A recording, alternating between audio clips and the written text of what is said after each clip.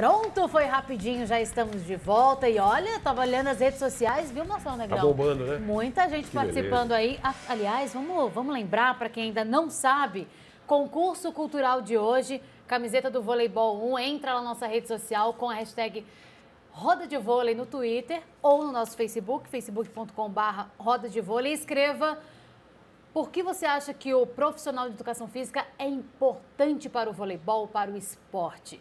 E aí a resposta mais criativa fica com a camiseta, viu? A produção vai escolher ainda hoje, no finalzinho do programa. Agora, vamos falar sobre um assunto polêmico. Ai, como Roda de Vôlei hoje está polêmico.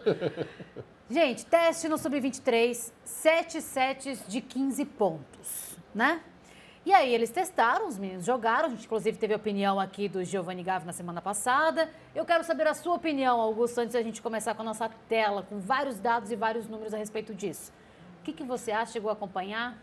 Eu acho válido porque esse teste ele faz com que a Federação Internacional está tentando fazer com que as TVs buscam mais transmissões do voleibol, para que esse esporte ele se encaixe nas grades de transmissão. Porque o determinado tempo, 2 horas, 2 horas e meia de jogo, isso está ficando inviável, né? Muito caro e muito inviável para as TVs transmitirem. 7 sets melhor de 7, de 15 pontos, eu acho viável desde que não se mude a regra, saltando saque-viagem normal, o ataque da linha dos 3 normal. Porque se você mudar essa regra, principalmente o ataque da linha dos 3, fazendo saltar antes e cair antes, você vai acabar com o ponteiro e o oposto. O oposto, né? Morreu o oposto. Poxa, e morreu o saque. Né? Exatamente. O saque-viagem caiu, né? Então, eu acho que vai ficar muito... O voleibol vai perder a dinâmica. Eu acho que nós lutamos muito para chegar onde chegamos. Eu acho que isso não teria que ser mudado. Agora, os 7 sets melhor de 7, sim, eu acho interessante e eu acho que isso vai vingar. Bom, vamos ver os números, porque o Cacá Bizoc se encarregou em fazer uma comparação de dados entre os jogos do Sub-23 de 2017, este ano nós testamos, e do Sub-23 de 2015, que é o voleibol como a gente conhece. Vamos colocar a tela aí para a gente dar uma olhada e uma analisada? Cacá Bizoc, agora eu quero a sua explicação a respeito desses números. Exatamente. Peguei os placares, né, em função de 3-0, 3-1, 3-2 e o 4-3, 4-2, 4-1, 4-0 desse ano. Peguei os jogos mais curtos, os jogos mais longos e a média geral de tempo, né? E a média geral dos placares mais baixos e mais altos. E aí, Kalinka, a gente vê aí o jogo mais curto de 2017 do Mundial Sub-23, 42 minutos. E o de 2015, 1h05. Ou seja, um cabe numa grade de 1 hora, o outro estoura o tempo de uma grade de 1 hora.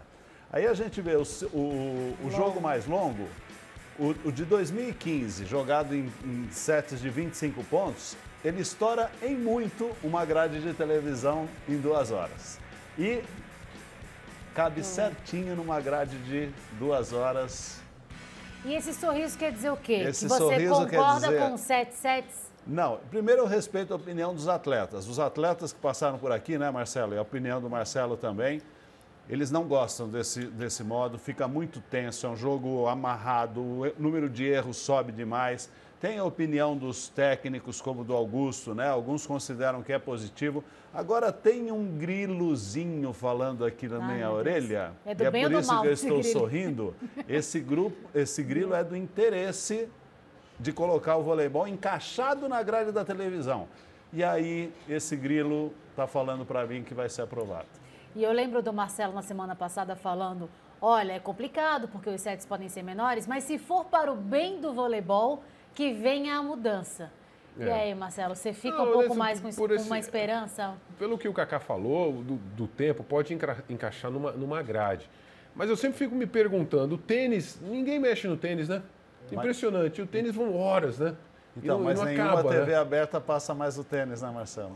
Mas Esse eu é o que não o vôlei sei, quer. aí fica mudando toda hora muda. Eu não sei, eu não sou de acordo de mudar isso aí de novo, não. Mesmo porque, se vai pelo lado viável, de ter o patrocinador na televisão, 2 horas vale muito mais do que uma, né? Então o patrocinador fala, tudo bem, eu vou patrocinar o vôlei, mas vou aparecer 1 horinha só. Entendeu? Então, sabe, se for olhar também para esse lado, o lado do jogo, de mudar o set toda hora, aí dá uma confusão de repente na troca, porque troca toda hora o set, né? Tem esse tempo também, eu juro por Deus, eu não sei por que muda tanto no voleibol, por que mexe tanto. Essa questão que o Marcelo levantou é muito importante também. Vamos entender o voleibol como entretenimento. Que entretenimento tem 45 minutos? Você vai num show, é mais do que isso. Você vai assistir um filme, é mais do que isso. Uma novela é mais do que isso. Será que vai ser um entretenimento esse tempo? Exato. Fala, mas a ideia da Federação Internacional é popularizar o voleibol. Mas isso só vai acontecer na TV aberta. O que hoje é inviável, da maneira como está vindo. Então, aí, mas você acha que se for para, por exemplo, se começar esse tempo, a gente não consegue regredir depois para conseguir voltar ao tempo que a gente tinha? Não. Se, por exemplo, se consegue uma visibilidade... Você falou, nunca regride. Não. E esse é o medo, né? E aí eu fico imaginando outra coisa, né? Porque como eu falei, a gente estava debatendo, na minha época não tinha tempo. Então os jogadores eram mais fortes para ter resistência muscular, para aguentar da porrada do começo ao fim do jogo. Hoje em dia você vê os caras mais altos, mais magros, porque não tem tempo, o jogo é mais curto. Imagina se ficar mais curto ainda, como é que vai mexer, mudar com a cabeça do preparador físico, do atleta, o biotipo, vai mudar tudo de novo. Até encaixar e você pegar um time, né? Não, esse time está preparado para esse tipo de regra. Nossa, vão anos aí também de experimentos. Né? E teve o teste dos 21 pontos, né? Sim. Que o pessoal também não gostou, principalmente os atletas, mas foi testado com os 2 tempos da TV, foi testado com a troca de lados de 3 minutos. Esse Mundial Sub-23, a troca de lado era de 2 minutos. Então, pode ser que, para não ser tão radical, a gente já levantou essa questão. Abriu 10-5 num sistema como esse, acabou o set, desliga, muda de canal. Na minha opinião, sinceramente, quer mexer, tira 5 sets, vai melhor de 3. Um pouquinho mais longo, set de 30 pontos, por exemplo. Em vez de 25, vai até 30, melhor de 2 sets, quem ganhou 2 ali acabou. Mas aí vai aumentar o desgaste do atleta também. Já com 25 ele é muito explorado fisicamente, se ele for para 30 então, tem esse outro lado. Eu acho que mais 5 pontinhos ali, às vezes os sets passam de 25 sim, a 30, 32, todos. entendeu? Bom. Eu acho que aumentava o número de pontos e diminuía o número de sets. Tá aí, acaba mais ou menos nessa mesma hora. Enfim, discutível. Né? Sim. Bom, vamos para o Giro de Notícias, saber de outras informações do mundo do voleibol. Os campeões mundiais André e Evandro ficaram com a prata na decisão do Finals realizada em Hamburgo, na Alemanha. Os brasileiros foram derrotados pela dupla americana, formada por Phil Delahouser e Nick Lucena, por 2-0. Dani Lins está grávida. A levantadora está na 13ª semana de gestação. O nome da filha dela, com o Central Sidão, será Lara. Sem renovar o contrato com Osasco, Dani Lins ficará fora das quadras nesta temporada. Nadia Ninkovic é a nova contratação do Osasco. A central, que nasceu em Belgrado, na Sérvia, tem no seu currículo pela sua seleção um ouro no Campeonato Europeu de 2011 e um bronze no Grand Prix. Com 25 anos, Ninkovic já teve passagens por clubes como o Voleiro Zurich, da Suíça, e Firenze, da Itália. Pela primeira vez desde 1985, o Brasil não teve nenhuma seleção de base no pódio dos mundiais. No Sub-21 masculino, os brasileiros ficaram na 4ª posição, enquanto no Sub-19 fecharam em 8º. Na categoria feminina, no Sub-20, a seleção ficou em 5º lugar. Já no Sub-18, o Brasil terminou na 10ª colocação. E para falar sobre a base, o assunto que a gente escolheu para discutir um pouquinho mais aqui no programa, eu passo a bola para o Cacá Bizoc. Vamos falar a respeito disso, a gente tem um levantamento também a respeito das bases anteriores, do quanto a gente cobra a nossa base atual, né? Esses 2 campeonatos que acabaram agora são os chamados infantos juvenis, né? E muito se cobra, se fala que o Brasil está regredindo, os resultados não aparecem. E aí eu fui fazer uma busca de quem a gente revelou nos campeonatos que a gente ganhou, no Sub-19 e no Sub-18, né? O masculino e o feminino. E não é como a gente acha também. É um jogador, tem campeonato que a gente ganhou e nenhum veio para a seleção adulta. Então, a seleção infanto-juvenil não é critério para a gente avaliar um trabalho. É claro que precisa ter, só que ela precisa preparar os jogadores para a seleção adulta. Não pode ser a medida da qualidade do trabalho o título. Um tempo atrás, o Marcelo fez parte dessas gerações, eles eram preparados para serem da adultas. Então, iam 5, 6, mas nunca mais que isso, não é, Marcelo? Você falou bem, na minha infante juvenil, que inclusive o campeonato foi no Catar, só eu subi para juvenil e depois para adulta. É um funil poucos, muito severo ali. Agora, se a gente for analisar a juvenil, aí sim, aí a gente já tem uma quantidade maior, é quem ficou, quem tem a intenção de ser profissional. Sim. Agora, não dá para medir pelo infanto. É importante a preparação? É.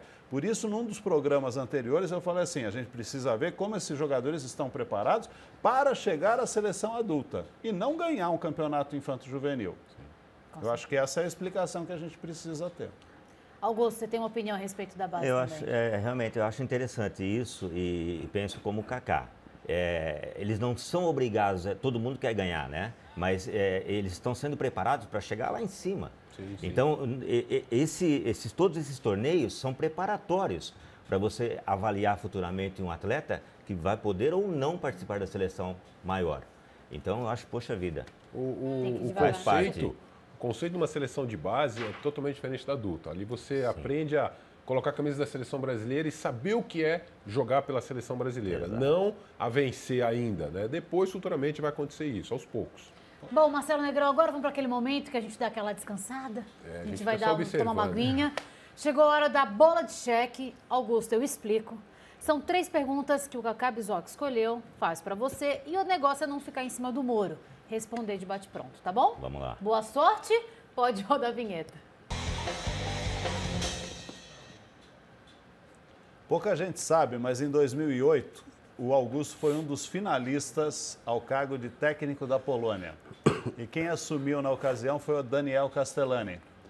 Augusto, foi uma frustração? Olha, Kaká, não. De forma alguma. Foi um reconhecimento ao meu trabalho de estar entre eles, os 10 finalistas, aliás, os 5 últimos a escolher, e eu estava dentro dos 5. Para mim foi puxa vida, foi prazeroso e muita alegria que eu recebi essa notícia. E fiquei triste por não ter escolhido, mas por ter chegado entre os 5, para mim foi fantástico. A experiência que você tem no exterior e os resultados que a gente acabou de mostrar das nossas categorias de base, nós estamos ficando para trás? Olha, vamos pensar que os outros países estão melhorando muito na categoria de base. Com todas as instruções que a Federação Internacional tem passado para treinadores locais, capacitando os professores de educação física, instruindo atletas, alunos de escola, e isso é que tem fomentado o voleibol por todo o mundo. As categorias de base é o foco da Federação Internacional. O desenvolvimento do voleibol nas escolas, tanto indoor, tanto em quadra como na praia, esse é o foco principal, e isso está acontecendo. Todos os outros países que até então não tinham o voleibol como primeiro esporte, hoje eles estão vendo o voleibol como, poxa, estão olhando com outros olhos. E isso é que está, teoricamente, vamos pensar o seguinte, que o Brasil chegou lá, mas ele precisa continuar subindo, porque os outros também estão subindo.